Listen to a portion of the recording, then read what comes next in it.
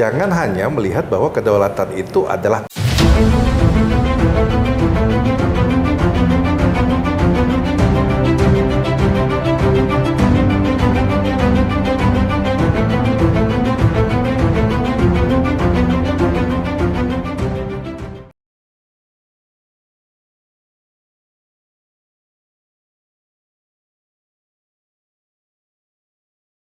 Jaringan internet Starlink buatan Elon Musk kini dikabarkan bakal menjadikan Indonesia sebagai salah satu pasar mereka untuk menancapkan bisnisnya di tanah air. Banyak pihak yang belum tahu apa sih Starlink itu. Starlink itu merupakan salah satu jaringan internet yang dikendalikan oleh SpaceX, salah satu satelit yang dimiliki oleh seorang bilioner kelas dunia, Elon Musk. Dan infonya sebentar lagi Starlink ini bakal masuk ke tanah air. Namun banyak pihak yang khawatir justru ya di tengah masuknya rencana Starlink ini karena perusahaan ini memiliki semacam prosedur atau regulasi yang memang berbeda dengan di tanah air. Salah satunya adalah mereka tidak memakai pegawai lokal untuk menjadi pekerja di perusahaan mereka. Pegawai lokal dalam hal ini adalah pegawai warga negara Indonesia. Lalu mereka mempunyai sebuah satelit yang dikontrol langsung oleh perusahaan yang tidak berada di Indonesia. Episode jurnalis konten kreator kali ini akan membahas mengenai dampak atau bahayakah eksistensi Starlink di Indonesia. Nah, dalam sesi kali ini saya kehadiran dua orang narasumber yang pakar di bidangnya. Yang pertama adalah Zulfadi Syam. Bang Zul, selamat siang. Bang Zul ini adalah Sekjen Asosiasi Penyelenggara Jasa Internet Indonesia atau disingkat APJI. Gitu ya Bang Zul ya? Oke. Nah, yang kedua yang tidak kalah menterengnya adalah Mas Riko Noviantoro ya Mas? Mas Riko ini dari pengamat kebijakan publik dari IDP-LP. Apa kabar Mas Riko, Bang Zul? Sehat ya? Sehat. Cuaca panas, tapi pikiran kita mesti tetap dingin lah. Karena yang kita bahas ini mengenai salah satu proyek yang bisa mengancam kedaulatan bangsa atau justru bermanfaat bagi rakyat Indonesia. Mungkin yang pertama ke Pak Zul dulu ya. Pak Zul bisa jelaskan nggak sih Starlink ini apa sih dan apakah memang Indonesia itu membutuhkan provider internet baru gitu di tengah banyaknya provider-provider yang memang sudah eksis di Indonesia, Pak Zul? Ya, baik Mas Kano. Jadi kalau kita lihat itu ya masalah pemerataan internet di Indonesia itu sebenarnya masih bermasalah pada luasnya negara kita. Kemudian negara kita itu adalah negara kepulauan. Karena negara kita kepulauan, sehingga kita nggak bisa apple to apple dengan kita membangun internet di Singapura misalnya. Nah, karena hal inilah maka ada sebuah teknologi ya, bisa dikatakan sebenarnya untuk melakukan pemerataan di internet di Indonesia itu mudah apa gampang? Selama bisa lihat langit, harusnya bisa diratakan. Nah, kurang lebih begitu bahasanya. Selama bisa lihat langit, daerah itu bisa lihat langit, bisa dapat internet. Caranya seperti apa? Ada beberapa wilayah atau di seluruh wilayah di Indonesia bisa lihat langit, itu bisa mereka mendapatkan internet itu lewat satelit. Ya. Nah, tetapi persoalannya ketika kita mengakses satelit, itu adalah pertama adalah mahal. Yang kedua adalah bandwidth-nya yang masih terbatas. Nah, gitu. Jadi udah bandwidth terbatas, harganya mahal pula. Nah, akhirnya muncullah teknologi terestrial yang lewat kabel, yang justru itu jauh lebih baik daripada satelit. Kalau Starlink itu memakai satelit ya? Nah, Starlink itu juga menggunakan satelit. Perbedaannya adalah satelit yang dulu-dulu itu berada jauh dari bumi.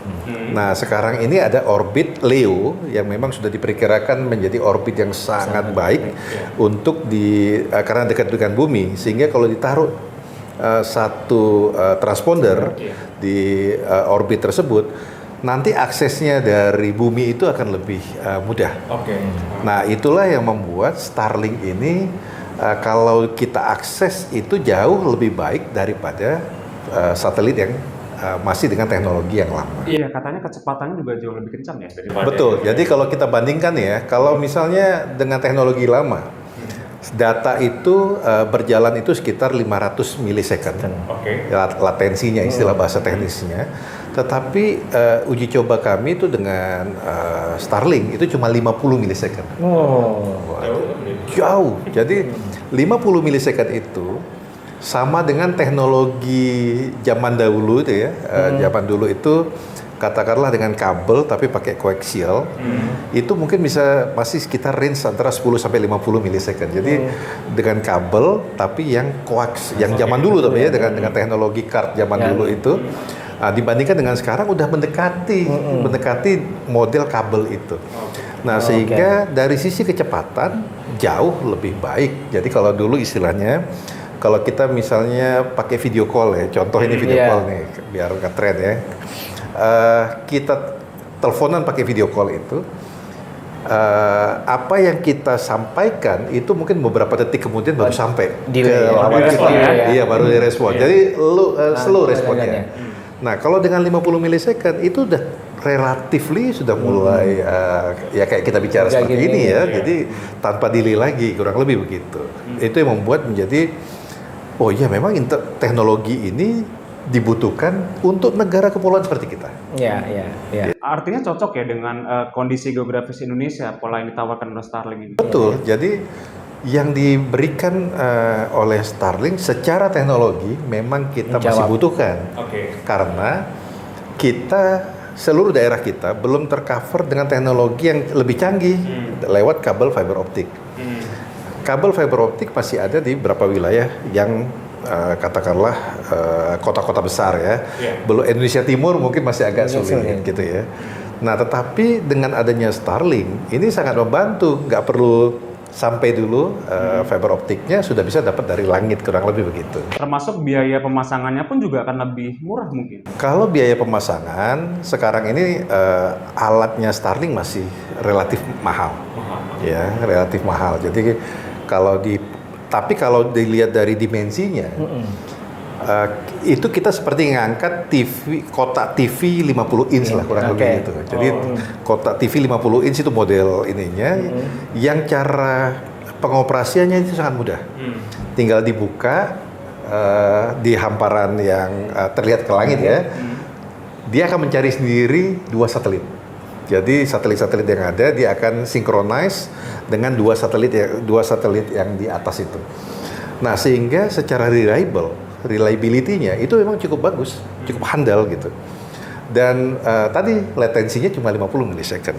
Jadi dengan cara pemasangan yang sedemikian mudahnya, memang sekarang persoalannya ada hanya pada angka harga saja sebenarnya. Tapi kalau bicara dari ini kan Bang Zul tadi menyebut cocok ya dengan kondisi geografis di Indonesia yang jaminan keamanannya apakah menjamin tuh? Nah, itu akan berada di dalam satu layer tersendiri. Artinya ketika kita bicara solusi ini untuk Indonesia, karena Indonesia perlu pemerataan internet, itu seperti kita kayak bagaimana cara di daerah timur Indonesia perlu listrik dulu. Perlu terang dulu. Nah, jadi listrik itu kan bukan untuk nyolok-nyolokin, untuk charge dulu awalnya, tapi bagaimana untuk menerangi desa. Kalau kita bicara Starlink dalam konteks pemerataan internet, ini fine. Nah, sekarang kalau kita masuk ke masalah keamanan, itu akan masuk ke isu yang lain, nanti bisa kita bahas lagi. Artinya tergantung kita melihat dari sisi pandang mana itu. Betul. Nah, sekarang ini yang masalah utama sebenarnya Starlink ini bukan baru masuk ke Indonesia. Starlink ini sudah masuk ke Indonesia. Sudah ada ya di atas. Tapi sekarang Starlink itu bekerja sama dengan salah satu anak perusahaannya Telkomsat itu untuk mendeliver layanan Starlink melalui partner itu adalah partner ISP yang terdaftar menjadi anggota ABGI. Ya, jadi ISP-ISP ini sudah menjadi anggota ABGI, mereka boleh saja tinggal bekerja sama dengan Telkomsat untuk memberikan layanan ini kepada user. Nah, yang menjadi persoalan sekarang ini dalam tata kelola industri yang kita dengar sekarang, Elon Musk atau Starlink ini membujuk pemerintah untuk dia bisa menjual secara langsung kepada end user.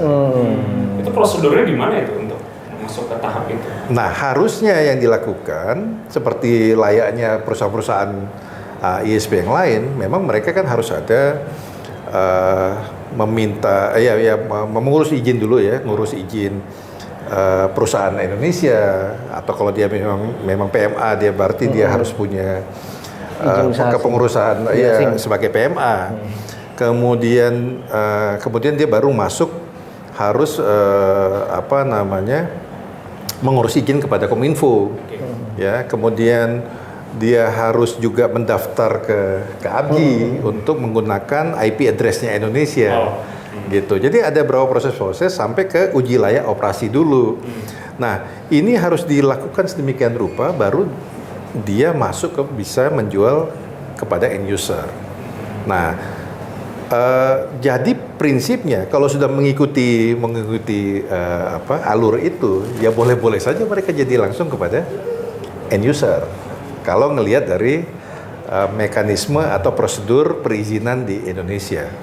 Nah, tapi persoalannya ya nggak berhenti sampai di situ, gitu. Jadi ini bukan masalah hanya prosedur perizinan, tetapi jangan kita berikan red carpet kepada Starlink untuk bisa langsung menjual ke end user ini. Kenapa? Karena kita harus lihat dulu persoalan-persoalan di teknologi internet itu tidak hanya mereka bisa akses dengan cepat, ya memang itu satu hal. Di beberapa daerah lain masih butuh gitu. Internet itu jangan sampai kita kayak buat kopi ditinggal dulu gitu ya. Udah baru kebuka, baru connect gitu ya. Kita butuh yang cepat. Dan sesuatu yang cepat, sesuatu teknologi internet yang cepat itu pasti akan meningkatkan digital ekonomi. Impactnya pada ekonomi sebenarnya. Coba kita hitung-hitungan ya sekarang, Mas. Jadi kalau kita sekarang ada 215 juta yang melek internet berdasarkan survei ABGI. 215 dari 275 populasi. 215 itu masih 78% penduduk di Indonesia. 78% sudah melek dengan 215 juta. Kalau ada 1% saja, 1% saja nih, ada 1% satu desa nih 1% saja, ada berarti 2 juta 150. Dengan 2 juta 150 ada orang yang menjual barang dengan margin cuma Rp1.000. Berarti dia sudah bisa menghasilkan 2 miliar, 2,1 miliar. Ya, itu digital ekonomi itu. Artinya 1% dari yang melek internet itu bisa menghasilkan 2 miliar. Tinggal kita hitung itu produknya bisa kejual sehari, seminggu atau sebulan gitu kan. Ya, seperti itu perputaran. Tapi bagi konten-konten asing di luar, e-commerce asing di luar, mereka bukan hitung 1%. Mereka hitungnya 20%, 30%, 50% bahkan, atau 70% dari orang-orang yang melek internet ini gitu. Jadi betul bahwa teknologi internet ini semakin diratakan, semakin banyak yang akses, digital ekonomi akan pasti tumbuh. Gitu. Oke, menarik nih. Ke Mas Riko sekarang. Mas Riko, ini kan Starlink ini salah satu permintaannya adalah dia tidak mau memakai pegawai lokal atau pegawai warga negara Indonesia di perusahaannya jika kelak mereka memang tadi seperti dibilang Bang Zul ini akan beroperasi penuh ya di Indonesia.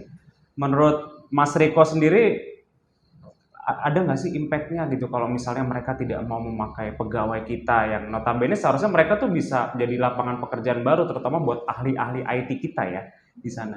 Itu Mas Riko melihat keinginan itu seperti apa? Iya, kalau menjawab itu tentu kita pada posisi di akhir ya. Saya sih coba pengen menjelaskan lebih dulu awal tentang tadi sifat teknologi itu sendiri. Bahwa apakah teknologi ini Starlink itu sudah menjawab kebutuhan kita.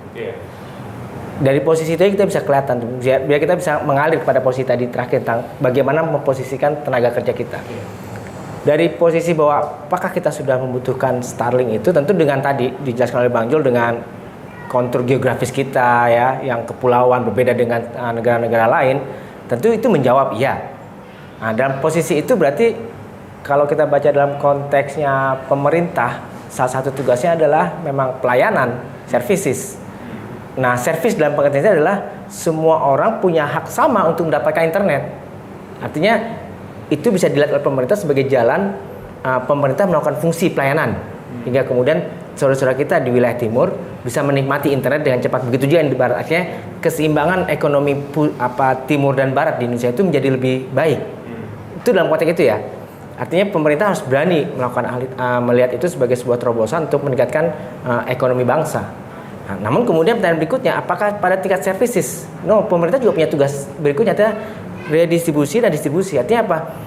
Jangan sampai kemudian pelayanan itu juga memberikan dampak kepada yang tidak menikmati. Misalnya contoh ya, karena teknologi itu menjadi sesuatu yang mahal, maka hanya sekelompok orang akhirnya menikmati teknologi itu. Meskipun dia disediakan di wilayah timur, di wilayah barat. Di wilayah timur akhirnya tidak semua orang bisa menikmati karena mahal melakukan akses itu dan seterusnya. Kalau mahal berarti kan tidak semua menikmati. Ada orang yang nggak bisa menikmati karena tidak terjangkau. Makanya pemerintah punya tugas kedua adalah melakukan redistribusi dan distribusi. Itulah mekanisme banyak lah. Itu dari posisi pelayanan dia wajib perlu melakukan penyiapan sebagai bentuk pemerintah melakukan pelayanan pada publik. Semua dilayani baik. Tapi pada sisi kedua bahwa dia harus berikan pemerataan dalam pengertian sedalam mungkin. Tadi telayani, sekarang mendalam. Berarti ada pihak yang tidak mendapatkan hanya karena mahal. Nah, pemerintah harus melakukan itu. Fungsi yang terakhir penting adalah pemerintah juga harus melakukan proteksi. Karena pemaknaan proteksi itu bukan sebatas kemudian menempatkan orang datang, kemudian menyediakan fasilitas kita membelinya, terus dianggap selesai. Masyarakat yang di bawah ini juga menjadikan proteksi oleh negaranya. Negara punya kewajiban proteksi rakyatnya. To protect the people itu satu konsep. Jadi kita punya tiga. To serve the people, to protect the people, dan to regulate. Nah, regulate ini menjadi satu koneksitas. Kalau udah protect berarti udah pengertian yang paling kita pegang ya, kita anggap melindungi bukan hanya orang, berarti kewilayahan. Mau ditarik di kata Bang Zul ada makna kedaulatan di situ. Di situ berarti memposisikan bagaimana mau produk yang datang ke kita itu bukan produk yang kemudian kita menjadi menyerah kalah dan mengikuti aturan main mereka. Yang kemudian terregulat tadi kata Bang Jul, kalau Bang Jul bilang bahwa kalau mereka masuk maka mereka mesti ikutin aturan-aturan main. Nah, aturan itulah menjadi titik keseimbangan. Batas mana kamu boleh melakukan itu? Artinya datang sebagai investor sampai batas mana? Yang batas lain itu fungsi pemerintah. Kenapa tadi? Karena menjawab pertanyaan pertama, jangan sampai kemudian ruang regulasi yang diberikan kemudahan dinikmati oleh Elon Musk dan kawan-kawan, sebagian anak muda Indonesia tidak menikmati, bahkan tidak ikut dalam proses kemajuan teknologi itu sendiri. Dan saya pikir ini akan menjadi sebuah kecelakaan jangka panjang kalau pemerintah tidak berhati-hati, karena akhirnya kita menyerahkan bentangan wilayah Indonesia yang cukup luas dan kekayaannya dengan satelit yang dimiliki oleh Elon Musk, kemudian menyerahkan anak bangsanya tanpa berikan kesempatan. Akhirnya kita secara serta-merta tanpa kita sadari kita menyerahkan semua nasib kehidupan kita pada satu kelompok orang yang Elon Musk dan seterusnya kawan-kawannya itu yang akan menikmati. Saya pikir sangat tidak tepat lah. Jadi perlu kehati-hatian pemerintah untuk melihat. Jadi kalau misalnya jawaban pertama, apakah anak bangsa kita tertinggal dan tidak diberikan kesempatan, nah itu sebuah kesalahan. Justru regulasi itulah harusnya mengatur. You boleh datang, tapi you mesti terima ini. Karena kita punya daya tawar situ. Nah, situ saya pikir pemerintah harus punya daya tawar kuat untuk menempatkan di mana posisi teman-teman pengusaha kita yang ikut dalam bisnis itu, di mana teman-teman anak muda kita yang ikut dalam perkembangan teknologi itu. Dan sekaligus pasti tadi itu fungsi pelayanan juga. Kalau Mas Riko selama ini melihat ketegasan pemerintah terhadap perusahaan ini, dan ini kan masih konsisten ya, pemerintah masih taat, harus ikut aturan kita. Itu harus Mas Riko melihatnya sekonsisten ini sudah berjalan baik belum? Ya, kalau bicara praktek pemerintahan itu relatif nggak pernah ada yang konsisten, selalu abu-abu. Kenapa?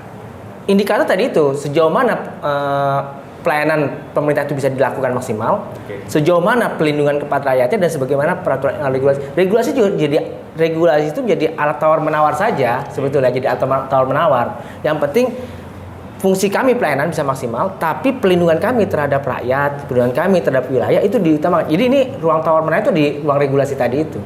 Ruang regulasi itu di ruang tawar menawar.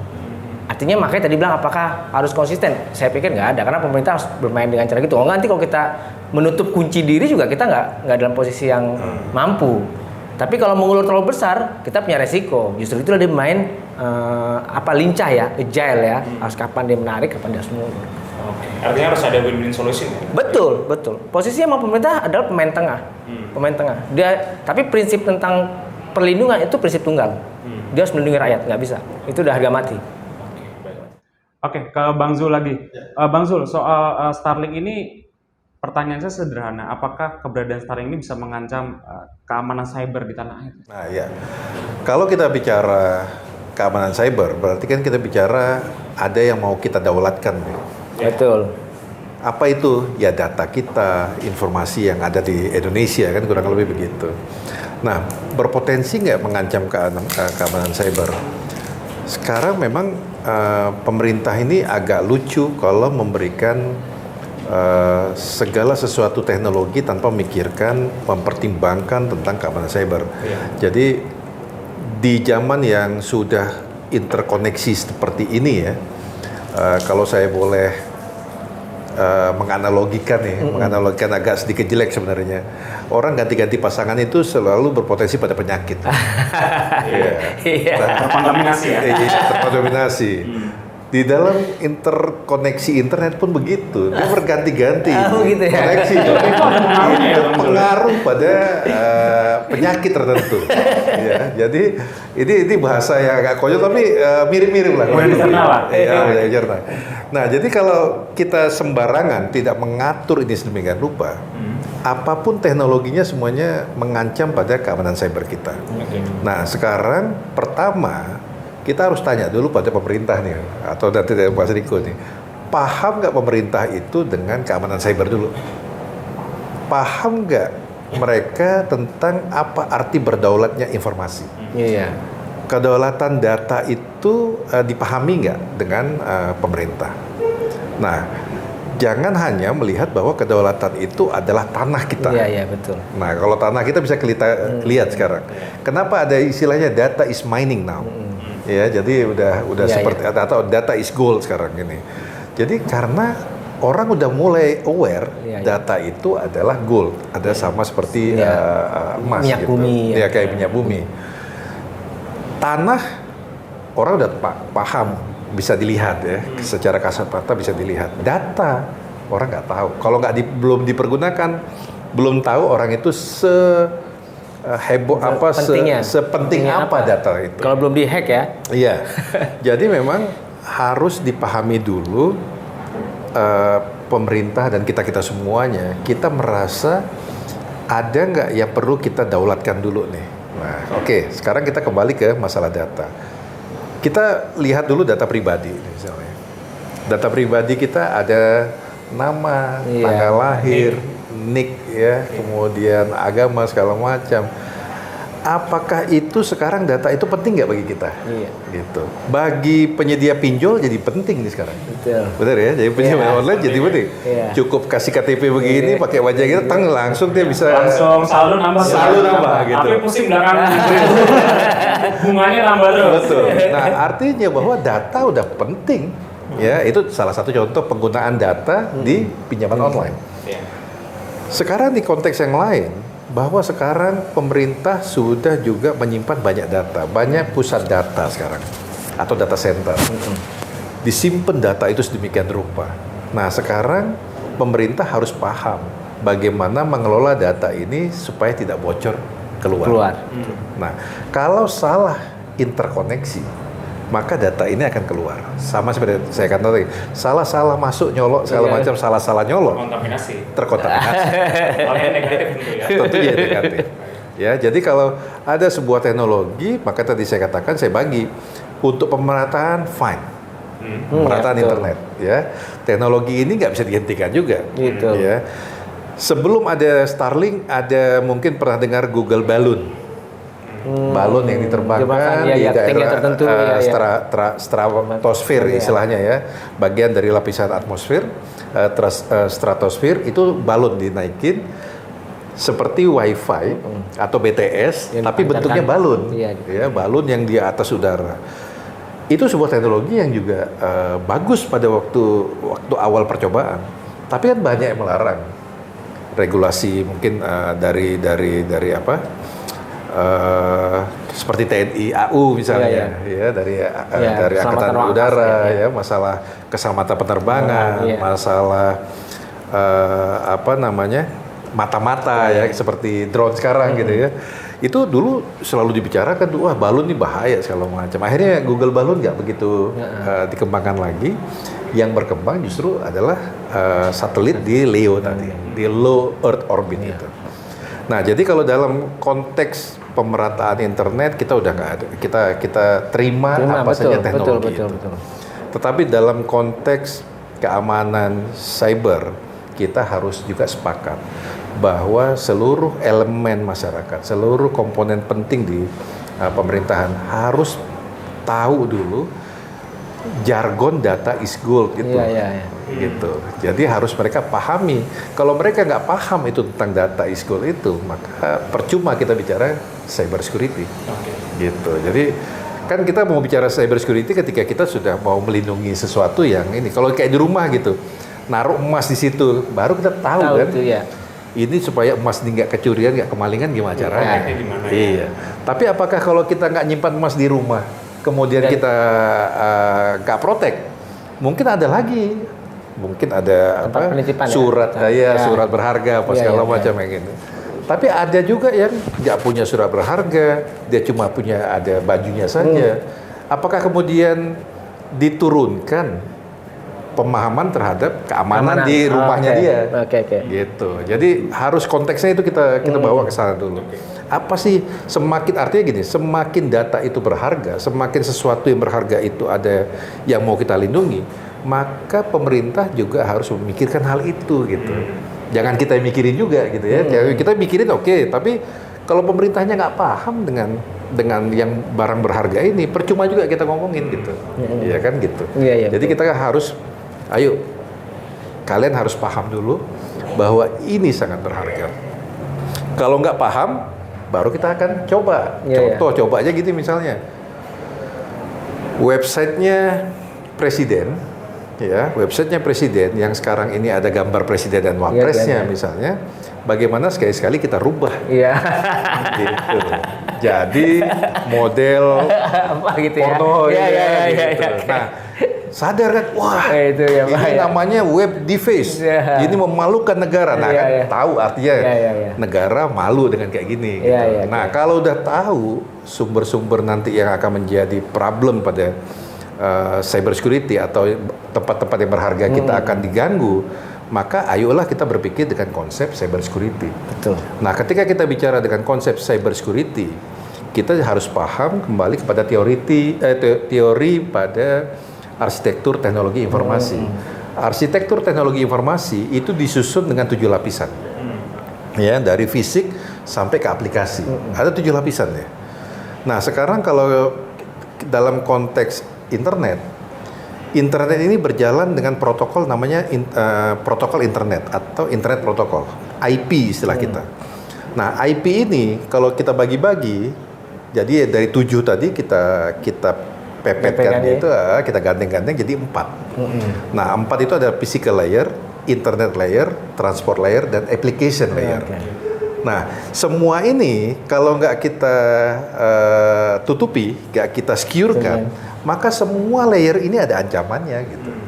Nah, jadi kita nggak bisa, jadi pemerintah cara berpikirnya, begitu ada satu buah teknologi internet muncul, katakanlah kayak ini Starlink, maka dia harus lihat dari 4 layer ini karena semuanya ada ancamannya kurang lebih gitu.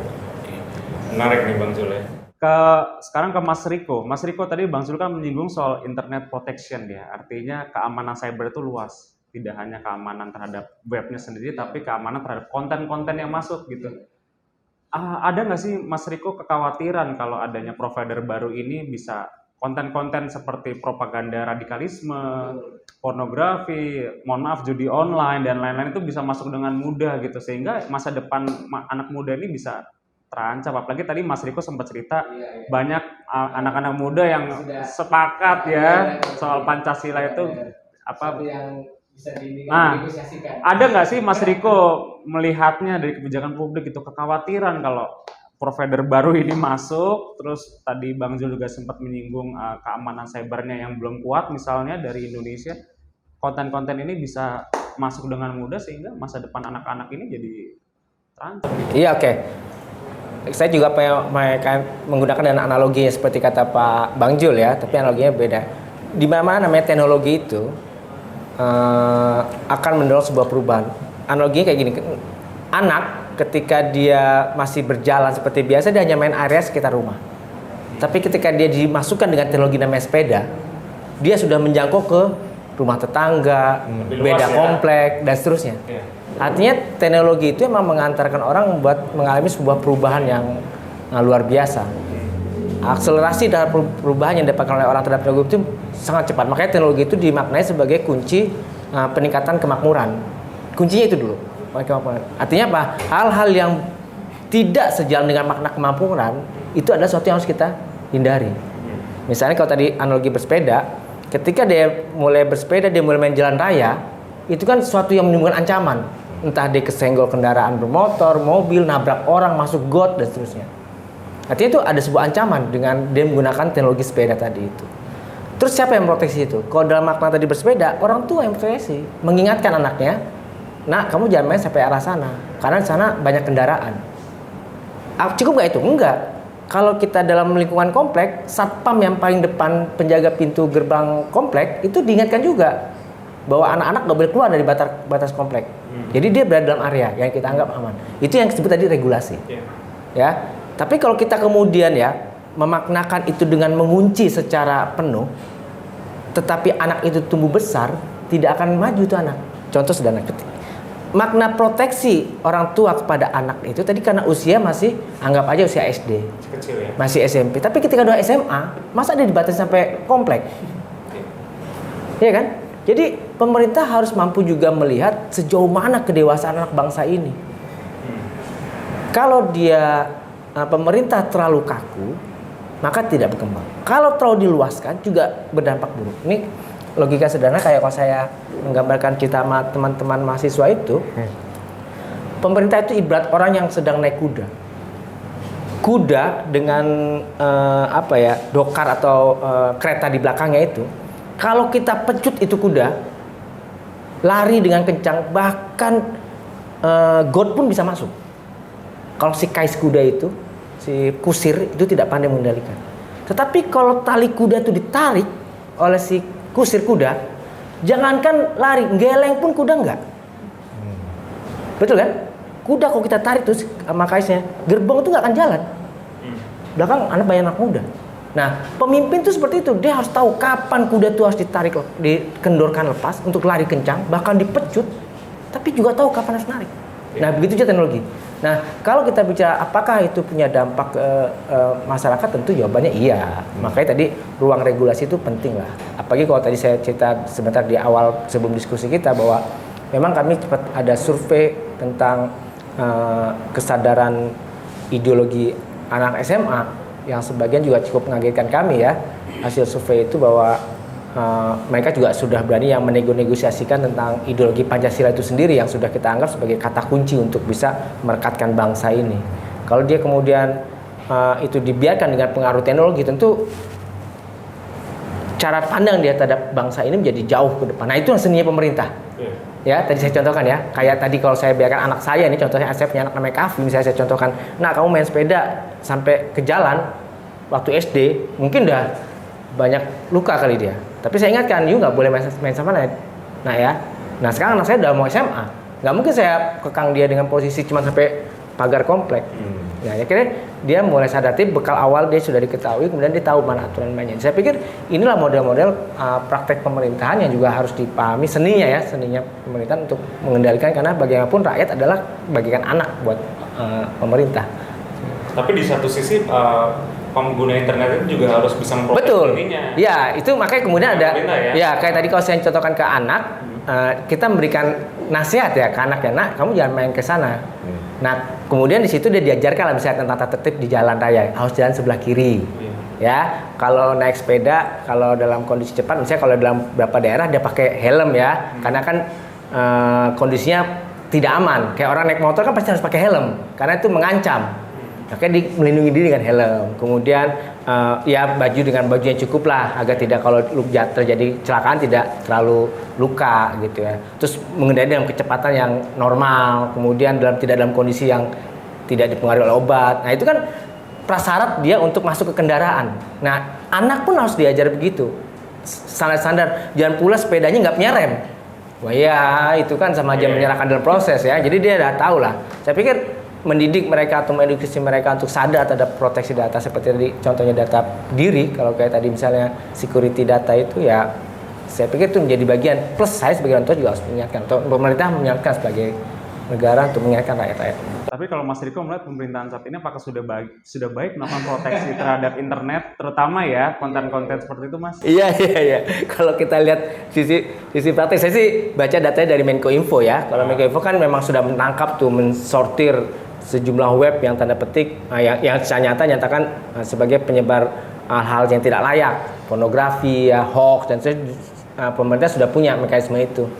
Kemudian juga pemerintah juga berusaha untuk menangkal posting-posting yang membau radikalisme. Tapi lagi seperti kata dirimu tadi ya, kita sebagai pengguna juga harus punya kesadaran itu. Saya pikir teman-teman Abji juga pasti sangat rajin mengingatkan para pengguna internet untuk berani tahu kapan melihat sesuatu, kemudian tahu cara meresap informasi itu dan tahu cara meresponnya.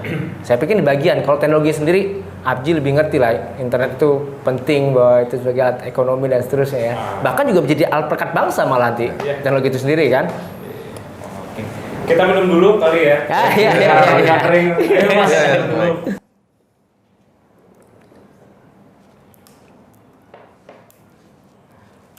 Berarti kalau Bang Zul, berarti sekarang anggota ABJI berapa total? Sekarang anggota ABJI ada 996. Itu providernya? Iya, jadi semua penyelenggara telekomunikasi yang memiliki lisensi dari Kominfo. Oh. Iya, jadi ada 996 ya tinggal. Iya, banyak. Dengan masuknya Starlink ini, apakah bisa mempengaruhi kondisi di dalam atau justru malah bagus kalau Bang Zul melihat? Kalau sebenarnya begini, teknologi apapun sebenarnya tinggal kita mengoptimalkan seperti apa. Starlink pun kalau dia bekerja sama dengan anggota ABJI yang 996 ini, di antara yang sekian itu juga baik sebenarnya. Ya. Kita bisa ngontrol, ngontrol market, kita juga bisa ngontrol ya tadi seperti konten-konten yang tidak yang tidak diinginkan. Nah jadi kita juga harus ngelihat ya, misalnya waktu zaman COVID kemarin itu, waktu COVID itu ISP lokal itu berlomba-lomba untuk membangun wilayah-wilayah, daerah-daerah, desa-desa untuk bisa Zoom. Ya, kenapa? Kalau mereka nggak ada Zoom-nya di sekolah itu atau di rumah-rumah gurunya nggak bisa sekolah gitu. Termasuk orang juga nggak bisa bekerja. Iya, tadi itu kan salah satu teknologi positifnya harus kita terima. Jadi teknologi itu akhirnya mereka kembangkan, teknologi maksudnya kabel, kadang-kadang mereka membangun dengan pakai tiang-tiang bambu. Tower-tower dari bambu gitu ya. Yang penting bagaimana pemerataan internet bisa secepatnya sehingga semua daerah-daerah atau bisa zooming lah ya untuk belajar itu. Dengan adanya waktu itu work from home, school from home, ya. Jadi memang mau tidak mau pada waktu itu adalah sebuah momentum bagaimana masyarakat lebih aware terhadap teknologi internet ini gitu. Betul. Zoom zaman udah lama itu sebenarnya, ya namanya video call begitu mah sudah lama ya. Betul. Tetapi begitu momentum pandemi muncul, baru orang tak paham, ternyata Zoom bisa digunakan untuk meeting, bisa digunakan untuk pembelajaran. Betul. Ya, jadi ini secara konsep ada model baru ya. Ada model, ada momentum pandemi kemarin itu seolah-olah menjadi sebuah momentum kita itu bermigrasi ke pemanfaatan teknologi informasi. Nah, apalagi ditambah dengan adanya Starlink. Nah, yang kami sebagai asosiasi melihat itu adalah yang kami nggak inginkan adalah red carpet diberikan kepada tiba-tiba ada perusahaan asing gitu ya, kemudian mendistribusikan langsung ke end user tanpa kerjasama dengan asosiasi atau anggota-anggota yang berada di dalam asosiasi. Supaya apa? Supaya tata kelola industrinya nggak terganggu. Artinya ABGI itu harus dilibatkan juga nanti dalam proses. Pada prinsipnya anggota ABGI harus dilibatkan. Ya, anggota ABGI kan nggak semua juga mau kerja sama Starlink. Sesuai dengan segmentasinya. Kalau segmentasinya daerah-daerah terluar, tertinggal itu mungkin mereka mau kerjasama dengan Starlink. Tapi kalau untuk daerah kota, Starlink mungkin tidak akan punya manfaat. Kenapa? Kabel fiber optik jauh lebih bagus teknologinya daripada lebih murah. Betul. Sekarang katakanlah kalau perbandingan nih, kalau kita menggunakan Starlink dengan 50 milisecond, ini di bawah 1 milisecond kan juga jalan dengan fiber optik gitu ya. Jadi jauh lebih baik menggunakan teknologi fiber optik daripada yang Starlink. Jadi Starlink tidak akan mengganggu daerah perkotaan. For sure. Jadi kita untuk daerah urban nggak akan mengganggu. Tapi di daerah rural kita harus lihat-lihat dulu nih. Ada kalanya dari sisi faktor skala bisnisnya, belum tentu ada ISP yang ingin membangun di daerah rural, itu nggak ada, di daerah remote area. Udah densitasnya rendah, topografinya susah, konturnya sulit gitu ya. Jadi tidak akan dari hitungan bisnisnya nggak ketemu kalau mereka bangun di sana. Tapi kalau pakai Starlink, wah udah langsung bisa bagus begitu ya. Teknologi internet bisa langsung digunakan. Jangan-jangan emang Elon Musk bikin buat Indonesia? Sebenarnya cocok diterapkan di daerah terpencil. Jangan emang apalagi Menteri Kesehatan udah mengatakan. Nah, jadi kita menginginkan gini. Kalau kayak puskesmas di daerah-daerah gitu ya, saya khawatirnya mereka juga belum tahu bahwa ada anggota-anggota ABGI yang sebenarnya bisa mengcover itu. Menyediakan. Nah, sekarang tiba-tiba minta langsung ke Elon Musk. Itu yang kurang tepat gitu. Jadi kita artinya puskesmas mungkin coba ngomong ke ABGI. Kita akan sebarkan ke seluruh anggota. Kita tinggal sebutkan aja ini koordinat puskesmasnya. Coba ada nggak yang bisa cover?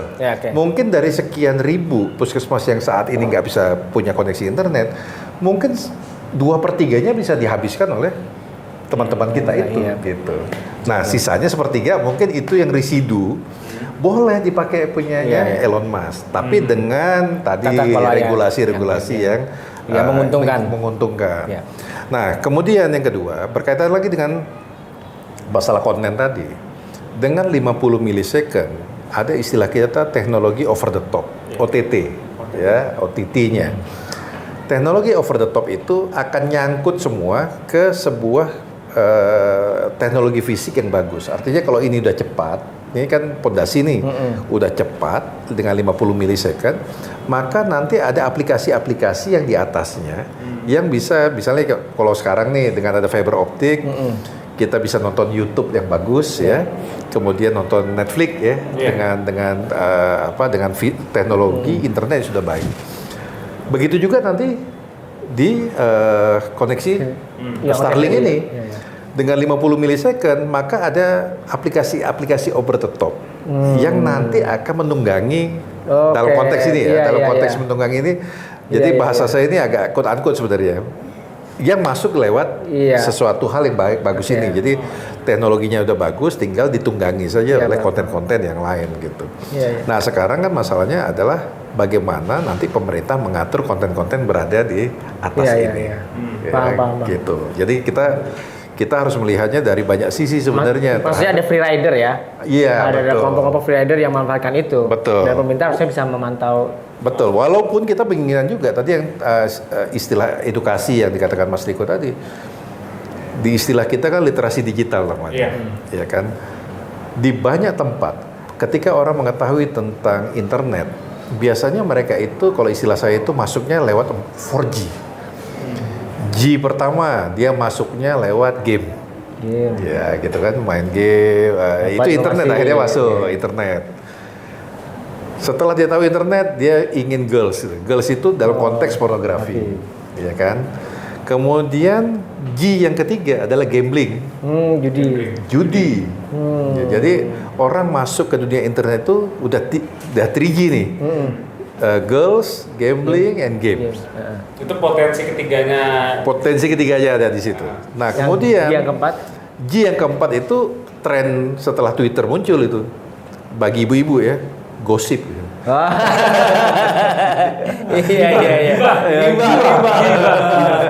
Jadi gibah. Jadi 4G ini ya kurang lebih ini cara masuk internet yang paling bagus. Jadi begitu ada koneksi internet, kalau tidak kita literasi, maka latahnya bisa berjamaah. Ya, jadi salah literasi, maka kebawanya udah ini. Jadi kita perlu meliterasi, jangan hanya menggunakan internet hanya dengan 4G yang negatif ini. Gitu. Ya, harus kita tadi cara naik kuda itu seperti apa, naik sepeda seperti apa, harus pakai pakaian apa. Nah, ini kita atur sedemikian rupa supaya yang kita inginkan adalah orang menggunakan internet itu masuk ke peningkatan digital ekonominya. Nah, jadi jangan ketinggalan lagi nih. Kita udah punya internet, kita udah ketinggalan dalam hal tadi kita bicara tentang apa? Tentang masalah Cina, produk Cina. Cina dulu menjiplak, ya. Dari jiplak masih jelek, orang masih nganggap dia jiplakan, masih jelek segala macam. Sekarang produknya makin bagus. Iya, makin bagus. Nah, sekarang dengan internet jangan sampai kita ketinggalan lagi gitu. Betul. Ya, kita dengan internet ini masyarakat desa dengan masyarakat kota ilmunya harusnya sama. Harusnya udah sama. Karena kontennya sama semua. Kontennya sama. Tidak ada pembedaan. Betul. Jadi tinggal bagaimana kita meliterasi pengguna-pengguna internet untuk makin bagus dan makin terarah dengan baik. Jadi jangan hanya masuknya lewat 4G tadi. Ya, tidak salah sih, cuma perlu kita literasi dengan baik gitu. Dari Mas Riko mungkin, apa yang harus dipersiapkan masyarakat dan pemerintah saat provider baru ini masuk ke tanah air selain proteksi itu tadi, Mas Riko? Ya tentu tadi saya nyatakan bahwa tentang regulasi itu menjadi titik di mana kesepakatan ya antara pihak-pihak yang berkait itu bisa terpenuhi. Kemudian berarti basis dasarnya adalah ada pelindungannya. Regulasi itulah yang menjadi kemudian pemerintah bisa menjadi alat untuk pemerintah satu sisi melindungi masyarakatnya, satu sisi juga dia buka kesempatan. Karena kalau tadi itu kalau kita kesempatan kita tutup, kita nggak bisa makan apa-apa. Kalau kata Bang Zul tadi misalnya internet itu kan mempercepat orang untuk bisa belajar. Kalau tadi Bang Zul bilang 4G tadi itu dengan sampai ke gosip atau gibah, itu karena posisi pengguna internet kita adalah sebagai user, hanya sebagai customer aja. Dia nggak mau menjadi produsennya, misalnya bikin produk di daerahnya, menawarkan pariwisata, UMKM atau pariwisata lokal ya. Tentu berbeda maknanya, karena dia memfeeding lewat internet kepada orang bahwa kami punya sesuatu. Beda dengan dia cuma menikmati dari luar kemudian menelaah kayak main game, nonton video ya. Saya pikir kalau dengan nonton game kemudian terinspirasi, kita bisa nggak bikin game ini nih. Kemudian cara bikin game apa? Terus dia nonton siaran-siaran YouTube yang inspiratif, bisa nggak kita bikinnya kayak gini ya atau game lain. Kemudian dia melakukan percepatan. Apalagi kata Bang Jul juga saya setuju banget ya bahwa sejak internet masuk itu emang pengetahuan jadi merata. Nah, harusnya mereka juga bisa ambil belajar. Kita semua dari Sabang sampai Merauke, Miangas sampai Pulau Rote bisa belajar bersama. Kemudian sharing, bikin grup kecil, memanfaatkan pengetahuan itu bersama-sama membuat sesuatu. Hingga tadi makna 4G yang versinya Bang Zul itu sudah berubah maknanya. Jadi kita menjadi penemu, menjadi penyampai hal kebaikan dan seterusnya, hingga di luar akhirnya terpengaruh oleh kita. Nah, kalau tanya apakah pemerintah melakukan apa, saya pikir mengkampen tadi itu, literasi digital itu penting. You jangan jadi customer deh, jangan jadi customer aja deh. Lu mesti naik menjadi orang yang bisa memproduksi sesuatu. Artinya mindsetnya harus dirubah. Iya, diajak untuk ini. Saya pikir anak muda sekarang juga pasti sangat senang lah kalau diajak untuk ini. Pemerintah mau nggak sih ngasih kesempatan kepada anak muda itu untuk membuat ruang-ruang tadi itu, entah dikompetisikan produk-produknya, bikin konten-konten terbaik dikompetisikan, kemudian dikasihkan pembekalan cara bikin konten yang baik dan seterusnya. Saya pikir masih banyak semangat. Abji pasti sanggup itu dampingi itu, sangat sanggup, banyak pakar-pakarnya di Abji. Mungkin harapannya apa Bang Zul dan Mas Riko terkait adanya kedatangan ini gitu? Atau pesan-pesannya ke pemerintah mungkin ada? Iya. Kedatangan Starlink. Pada prinsipnya bahwa kami dari asosiasi terbuka lebar ya untuk mendiskusikan teknologi Starlink ini. Tapi yang perlu kita bahas lebih lanjut adalah tata kelola industrinya. Ya, tata kelola masuknya Starlink ini ke end user ini yang perlu kita bahas lebih baik.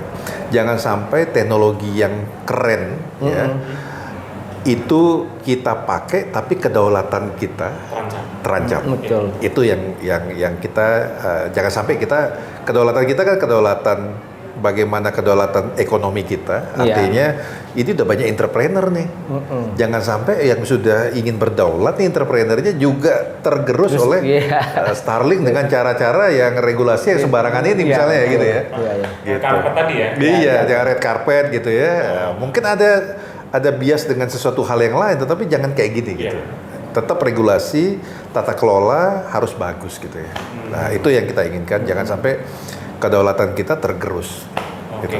Mas Riko? Ya kalau saya sih juga hampir sama ya, bahwa emang pemaknaan kedaulatan. Yang kemudian saya coba menekankan bahwa kita sempat 10 Agustus itu dipakai sebagai Hari Teknologi Nasional, Harteknas. Harusnya Hari Teknologi Nasional benar-benar didengungkan, dihidupkan gitu, dimaknai, bukan sebatas menjadi simbol pada saat itu keberhasilan kita menerbangkan sebuah pesawat kan, jadikan momentum 10 Agustus itu sebagai Hari Teknologi Nasional. Artinya kalau kemudian ada Starlink masuk setiap tanggal 10 Agustus kita sudah pikir bagaimana kita bikin Starlink versi Indonesia. Bagaimana kita melawan Elon Musk hingga kemudian Starlink Indonesia juga ada di Amerika. Bahkan Amerika minta kita untuk bikin. Nah, saya pikir gitu betul. Kalau bisa kita yang ke sana. Jangan kita yang didatangi, tapi kita datang ke sana. Kita ambil kedaulatan mereka. Oke, keren. Ya, itu saja. Terima kasih Bang Zul, Mas Riko. Ya pemirsa, itu dia obrolan menarik kami dengan kedua narasumber yang daging banget nih isinya.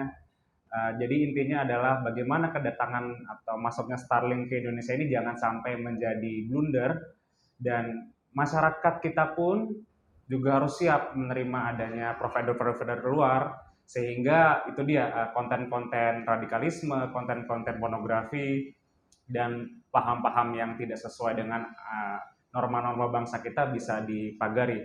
Lalu juga keamanan cyber kita juga tadi Bang Zul juga pesan agar diperkuat, sehingga tidak menjadi kedatangan Starlink ini membuat keamanan security cyber kita mudah dibobol oleh mungkin jaringan-jaringan hacker-hacker luar negeri.